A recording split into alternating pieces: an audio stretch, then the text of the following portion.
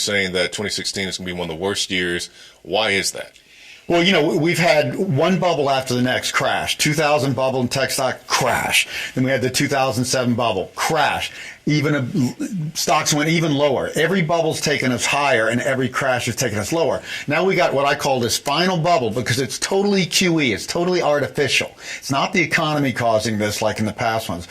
And when this bubble bursts, it's going to be the last to burst, and it's going to take us to even lower lows. So I think, and it's going to happen quickly. Bubbles burst rapidly, as we just saw starting to happen in China. So I think as a year, from beginning to end, it'll be worse than the 70s crashes, the 2000 crash, the 2008 crash. It'll be probably as bad as 1931. That was the worst down year for the entire last century. I think it's going to be like that, maybe worse. Wherever you look, the news is dismal, the prospects at best mediocre. So if you're an investor and you look at all of that, then you don't need much in the way of a provocation to unload, basically out of a kind of panic, because once the unloading starts, in the crazy way stock markets work, they feed on themselves. So the smartest money gets out early in order not to be crushed in the panic that unfolds. So it can't continue, because it's going to kill the country. So we have a huge problem. It's being hidden. It's not being described and discussed, disclosed. And we're in very bad shape.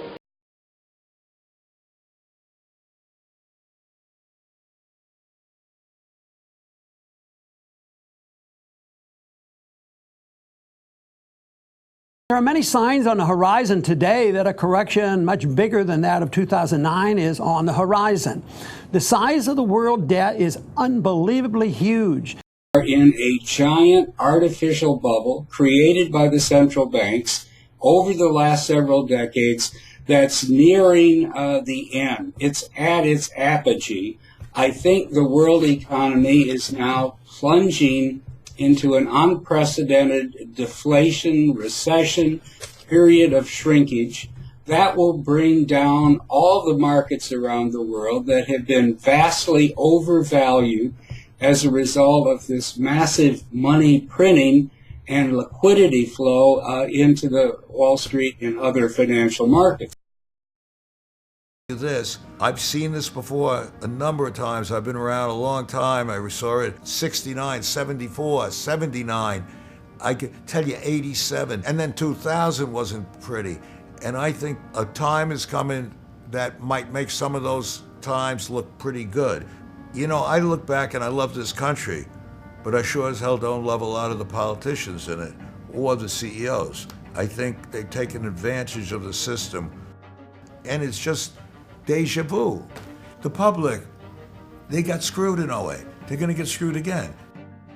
I think it was Santayana that said, those who do not learn from history are doomed to repeat it. And I am afraid we're going down that road.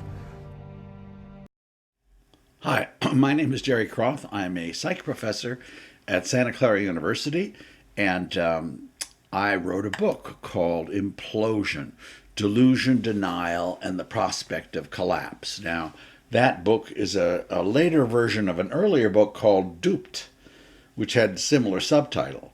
It's about delusions and denial in American public collective life.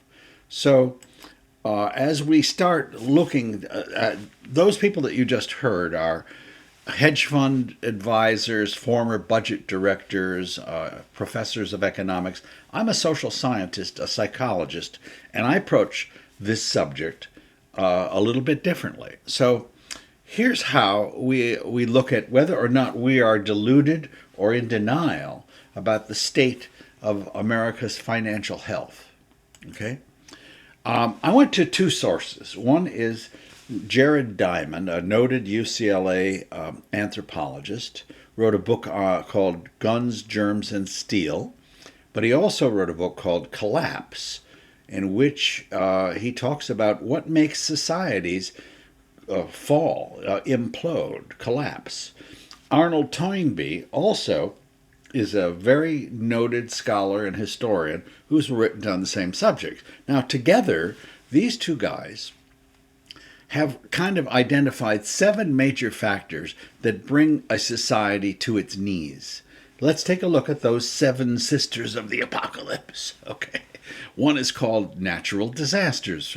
The Mayan culture is thought to have gone down because of drought. The same is true with the 26 Egyptian dynasties. An empire, it gets overextended. It's gotten too big. The Ottoman Empire has gotten too big. The Roman Empire is too big. And the Visigoths and Attila the Hun are nibbling away at its perimeters. Another symptom of a declining society is the disintegrating structure of the social organization and the family structure. So that's another identified variable, if you will.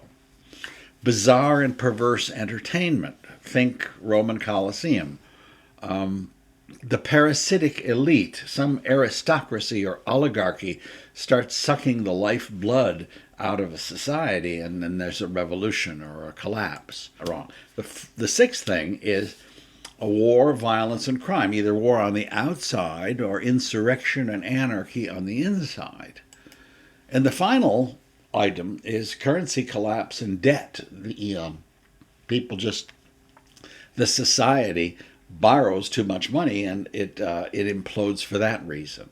So those 7 factors have been identified when you talk about ancient Sumeria to the Ottoman Empire and the Roman Empire and Hittite civilization. Let's take a look at this and that'll be our report card for the United States. Let's see how the United States scores on these 7 factors. Okay, that's what I wanted to do in this book, or in a chapter in this book. So let's take a look at natural disasters, for example. In the United States, they have been increasing. We've got wildfires. The total number of acres that are burned in wildfires in the United States is 6.5 times greater than it was 20 years ago. So global warming is having an impact on damages that are created from Katrina all the way to the fires in Southern California. If you look at drought, for example, in 2012, half of all counties in the United States were declared federal disaster areas. All right, so we have had some real issues in the 21st century with natural disasters. So if you try to quantify this megatrend, the frequency of natural disasters from 1982 up to the present, you can see they are ascending. So that's kind of bad from the point of view of our 7 factors. It's accelerating. The good news is that the total cost of natural disasters in the United States in 2015 was $16 billion.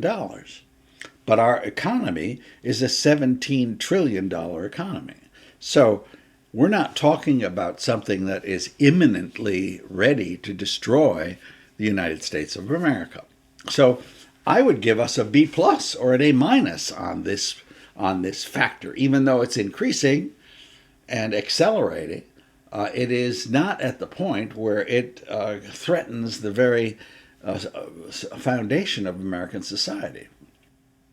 So the second factor is the empire gets overextended. So there's a number of questions. How do we measure this? But let's talk about the United States empire. Most Americans don't believe America is an empire at all, or they don't want it to be. But the other side of that question is that some scholars have said that the United States today has the largest empire ever to have existed on planet Earth. Now, if you look at our military bases in the Middle East, those little yellow stars represent American military bases just in the Middle East. Now, just as a comparison, Russia has 1 overseas military base. Okay? China has none. They're building 1 in Africa. So Russia and China together represent 1 overseas military base, and the United States has 1,073 by last count. So this is Africa, and these are American military bases in Africa. The United States has military connections with over 130 countries. There are only 192 countries. So our reach is entirely global. So during the Obama administration, the United States was engaged in combat and killing people in 11 different countries: Iraq, Pakistan, Afghanistan, Somalia, Syria, Yemen, Libya, the Central African Republic, Cameroon, the Philippines, Honduras. All of these countries saw drones or American special forces or American boots on the ground killing people. And the number of people that we killed is not been totaled up yet, but no other country in the world can make a claim that they have been engaged militarily in 11 countries in this century. So that's rather considerable. The American Navy is larger than the next 8 countries combined. The American military Air Force is larger than the next 7 countries combined. Okay, the Pentagon owns 240 golf courses. So the extent of America's military reach is almost unfathomable. So if you looked at world defense spending, that pie chart shows the red is the United States. We spend more on our military than all the other countries in the world combined, at least according to that source. All right? So we don't ask the question, why? Are we the world's policeman? It seems like we are the world's policeman. I wanted to graph that as a factor. How do you graph whether the empire is overextended? I didn't know how to measure that. So I thought I would try to just simply graph the growth of overseas military bases. We had 300 after World War II. A lot of these things have not been disclosed. There are lots of multiple sources that generated this graph, but you can see that it is accelerating and it's going up and up. And when we get it to a tipping point, we don't know, but we can certainly say that this is a major factor in American life. And how we evaluate that, we'll have to see. But it's certain. But the point is, we're not shrinking. The third factor is called disintegration of social structure. Not Caligula, but Sodom and Gomorrah. There's our prototype. So if you look at nuclear families, about 23% of American children are growing up in a nuclear family with a biological father and a biological mother. If you compare that to Japan, 83% of Japanese children are growing up today in 2016 in a nuclear family. So our nuclear families are shrinking and shrinking and shrinking. If you were raised in a single-parent family, here are some statistics that are really quite sad, all right? Children who are raised in single-parent families graduate from high school less frequently, suffer more addictions, suffer more abuse, are twice as likely to become alcoholic, 3 times more likely to have a baby out of wedlock, 5 times more likely to commit suicide, 12 times more likely to be incarcerated, 14 times more likely to commit rape, 30 times more likely to be homeless. So raising children in a single-parent family carries social disadvantages that affect society. Now, I tried to graph that, and I wanted to graph that as a factor, a megatrend. Number 3, children born outside of the traditional nuclear family. And you can see that that continues to rise. Between 2010 and 2013, it just shot up another chunk. Men of fatherless households are becoming de rigueur. This is an accelerating, negative, pathological social trend. Okay, perhaps you see some positives in it. It's a negative factor as as we use the terminology of Arnold Toynbee and Jared Diamond, it's a negative issue for society's health. So the factor 4 is the emergence of perverse and bizarre entertainment. I don't think these gentlemen mean this is a cause of social collapse, but I think it's a symptom of social collapse. That's how they discuss this. The Roman Colosseum and the gladiators, for example, and the applause of the citizens of Rome near its decline. So what do we have here? We have 4 symptoms of this: trash television, reality TV, violent video games, and pornography. By the way, I always thought pornography originated in Scandinavia and Amsterdam, and in doing this research, I realized the largest producer of pornography in the world is the United States of America. There are 242 million pages of pornography on the web, and the United States produces 89% of them. We have the largest market share. So, and it has increased 20-fold since 1999. Let's talk about trash TV. Imagine, here's a guided fantasy. There was a teacher, this is not a guided fantasy, there was a teacher in New Jersey who showed a horror film to his high school class, a film clip from a horror movie. He was fired. There was a teacher who was an actor who had played in a show and in a film, and his students said, "We'd really like to see a film clip." He was in bed with a woman, and his feet were showing, and her feet were showing, and they were covered with covers. Okay? And that's the only, there was no sex, it was just in a bed. He was fired for showing that to his students. A teacher in Mississippi showed a clip of 50 Shades of Grey. They were fired. A sex education teacher showed a movie in Indiana of a very scientific, very dry, educational movie about masturbation to his sex education class. Fired. Clearly, so the school system takes a rather conservative role in the protection of children. Okay? However, before we get to that, I want to imagine a situation, guided fantasy, a 6th grade teacher teaching sex education in junior high school decides that he's going to invite a 13-year-old prostitute to come and talk to his class. And the next day, he's going to invite another girl to come to talk to his class who was paid $500 to have sex. Now, do you think that teacher is going to last very long in that school system? All right. No. The answer is no. All right. However, there's another classroom that kids come home to after school, the classrooms of Jerry Springer, classrooms of Maury Povich, Geraldo Rivera, Ricky Lake of old, even Oprah Winfrey when she got started.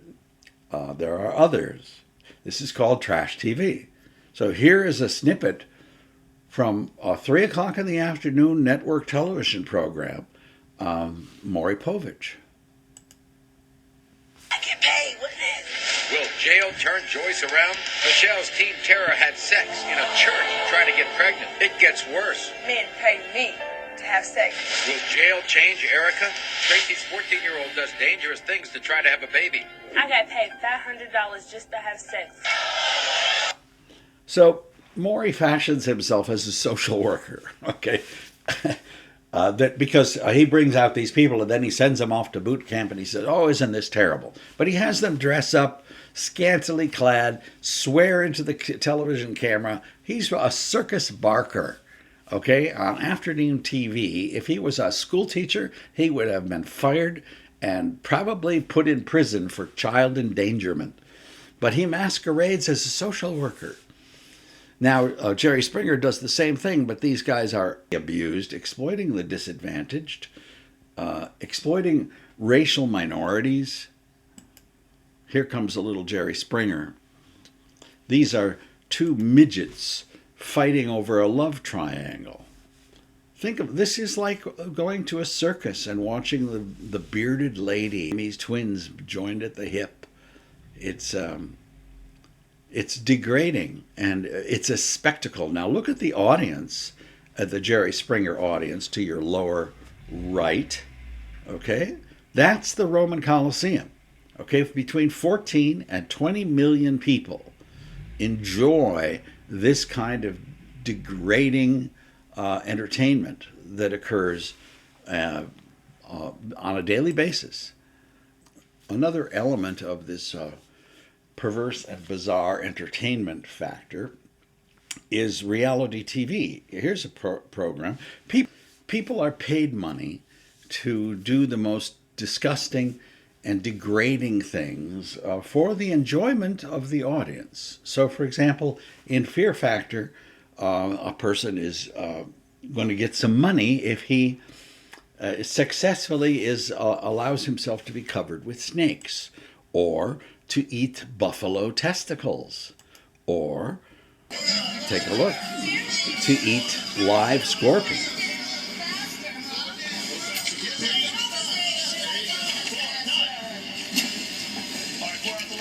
Here we go. Time to beat 7 minutes, 15 seconds. That's it. Go right to it. Look at her. She's a gamer.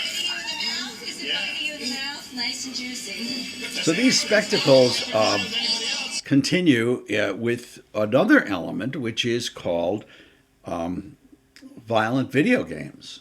So sale of violent video games, especially the access of minors to violent videos that are labeled M for mature, manages to get into the hands of children and preteens, and the majority of children have had access to these things, seen them, and used them, and they involve mayhem, burning people alive.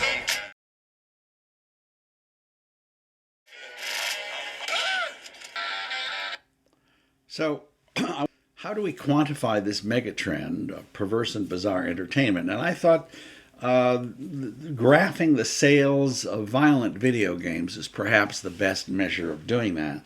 And if you notice, from 2005 to 2015, they have increased many-fold, okay, far greater than population increases. You would see the same kind of graph if you did pornography pages produced by the United States. So this is a negative social symptom, according to our authors, our scholars. Factor 5, the cultural elite emerges as a parasitic class. That's another factor that brings down societies. For example, Louis XVI and Marie Antoinette lived in opulence in Versailles. They had 15,000 sycophants living near and with them, and the rest of France was starving. Okay, well, that regime came to an end, and Marie Antoinette was decapitated. Similarly, in Russia, the Tsars, the Romanov dynasty, had palaces and had their Easter eggs made of gold. The personal wealth of the Romanov family was estimated at $300 billion at the time they were overthrown. But the per capita income in Russia at the time of the revolution in 1990 was about $1,500 per year. That's kind of a big discrepancy between the top 1% or the top tenth of 1% or the top oligarchic family. So these are factors that bring civilizations to their knees. Now, what about the United States? How are we scoring on that factor in our report card? Well, the number of millionaires in the United States increased 20% in the last 5 years. There are 425 American billionaires in 2012. That increased tenfold since 1987. Has your salary increased tenfold since 1987?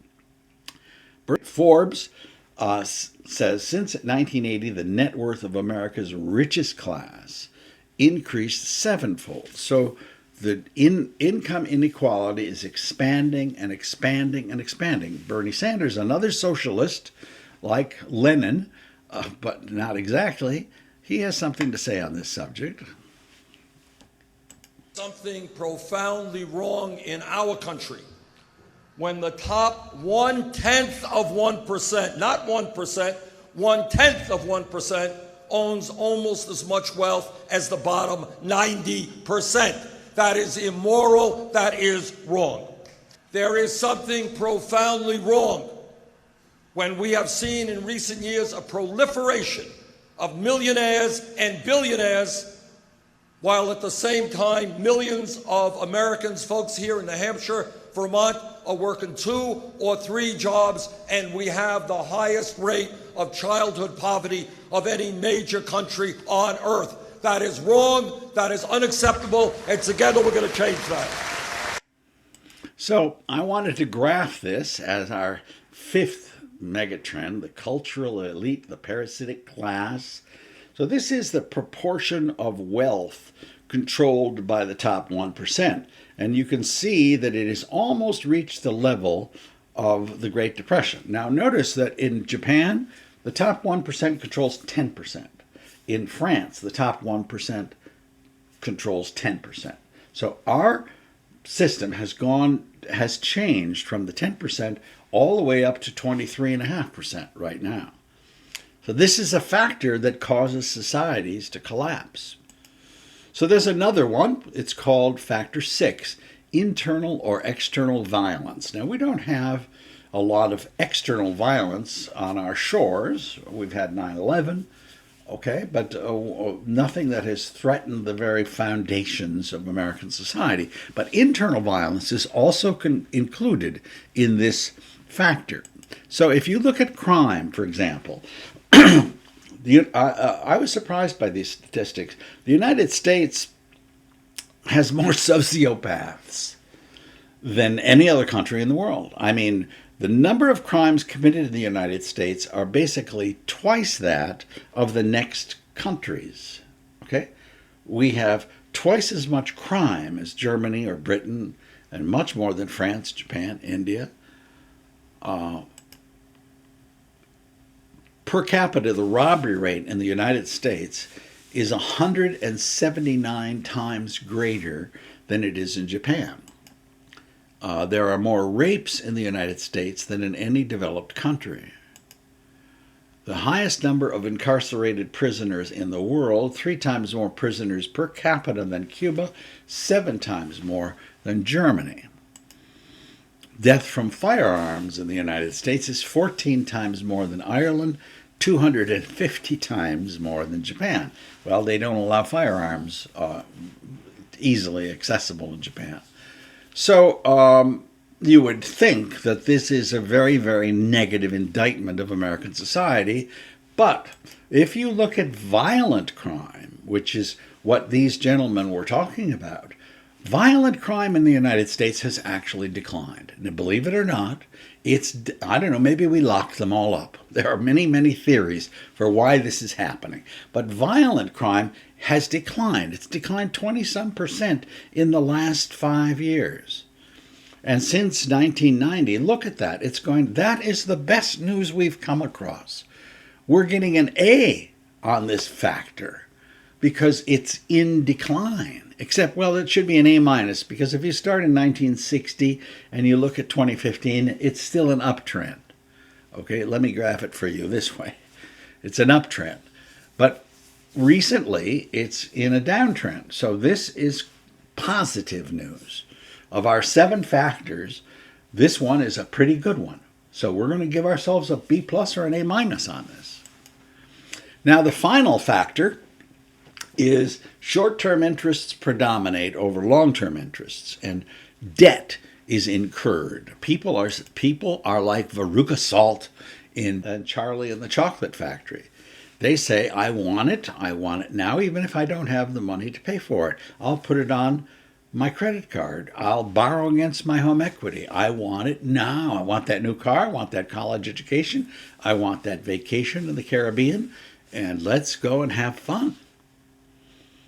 So when we start looking at debt, that's where things get really, really serious. We thought Obama was going to change George Bush had a war in Iraq, and when you go to war, you increase taxes. George Bush did not. He lowered taxes when he went off to war in Iraq. If everybody in the United States had to pay for the war in Iraq, it would cost the average American family $20,000. Do you think we would have gone to war in Iraq if your tax bill went up $20,000? Not likely. That's probably why it went on a credit card. So the national debt has reached close to $19 trillion. That's not the only source of debt. There's a thing called the trade deficit. We have we have purchased $6 trillion more of goods from the outside world than we have sold to it. So we have been, as a deficit nation, for years, since the Kennedy administration, except for 1 year with Bill Clinton. And so that's not true of Germany. It's not true of Japan. That represents over $1 billion a day that we are accumulating that kind of debt. So that's a second source of debt. But there are others. For household debt, take a look at that blue line. That's the amount of credit card home equity debt that households have taken on over time, and that's projected through 2016, 2019. The red line is savings. Savings is declining, debt is increasing. Everywhere you look, we are following this path of saying we want it now, even though we don't have enough money to pay for it. Student loan debt is now $1.2 trillion. Now, there is a thing, here's a piece on the debt picture. How far in debt is the U.S. government? Let's put the numbers in perspective. If we stacked up individual $100 bills, $100 million would look like this.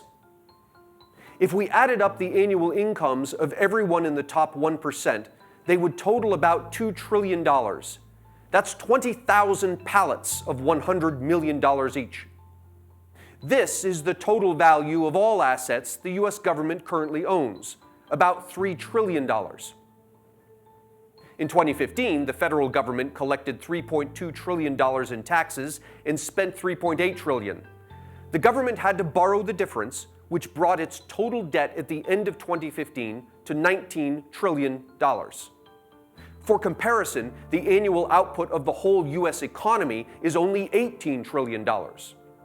But there's more. In addition to its debt, the government owes what are called unfunded obligations. These are future Social Security and Medicare payments that the government has promised to retirees, but which it does not have the money to pay. The present value of unfunded obligations is about $70 trillion. That means that the total amount of money the U.S. government either owes or has promised and cannot pay is almost $90 trillion.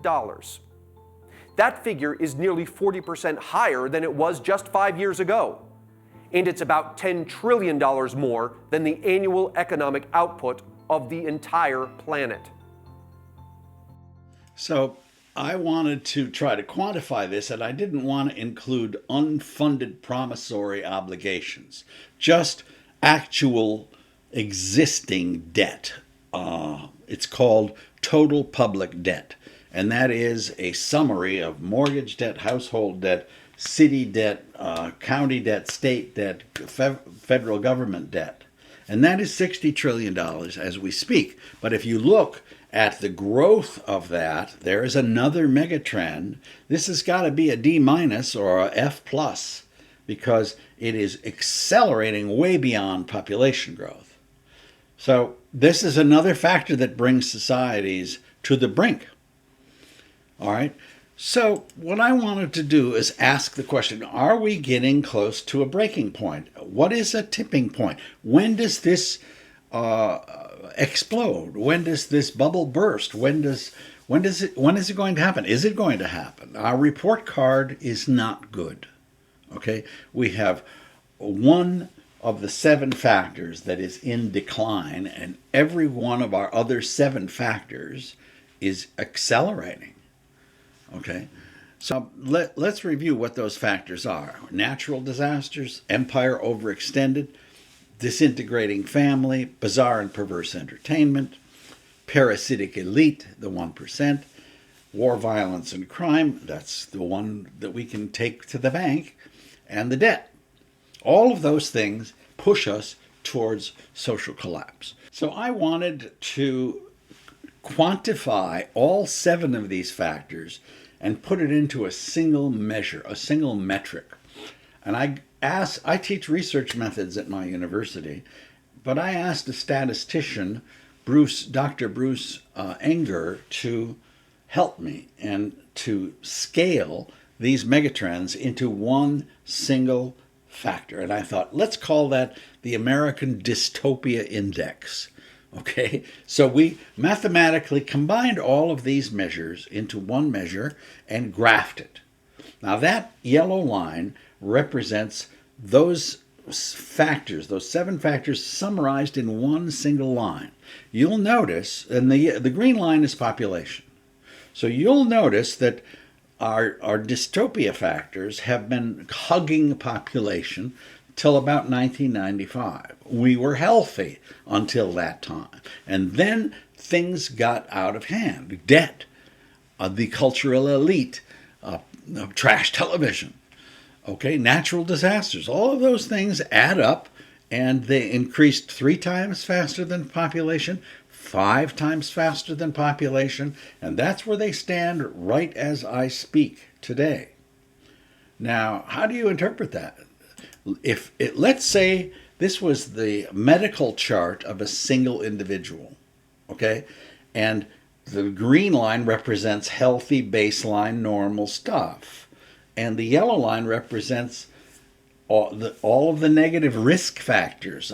This man is overweight. He smokes a pack and a half of cigarettes a day. He drinks a fifth of whiskey a day. He doesn't exercise. All of the 7 medical indices that would measure his health are totally out of whack.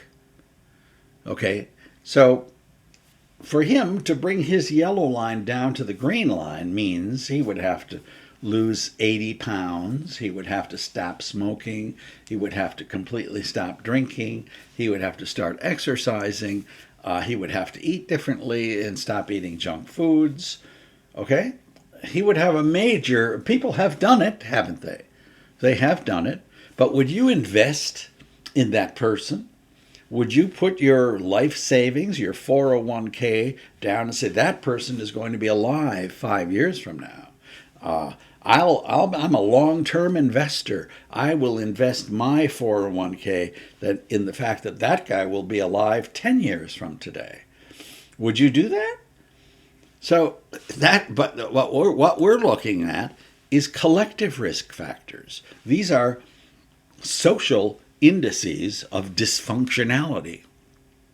And it looks like our chart is really out of whack. Now, how do you bring that yellow line down? Well, you would have to cut our overseas military bases by half. Do you know anybody who wants to do that? You would have to put Maury Povich and Jerry Springer in prison and and eliminate internet pornography and stop violent video games. I mean, Luxembourg does not allow it. Iceland does not allow it. In Greece, you cannot buy toys for shooting people. Okay, the same with Sweden. We don't have any such resolve in this country to eliminate these kind of negative influences that affect children. The cultural elite, how do we bring that yellow line down?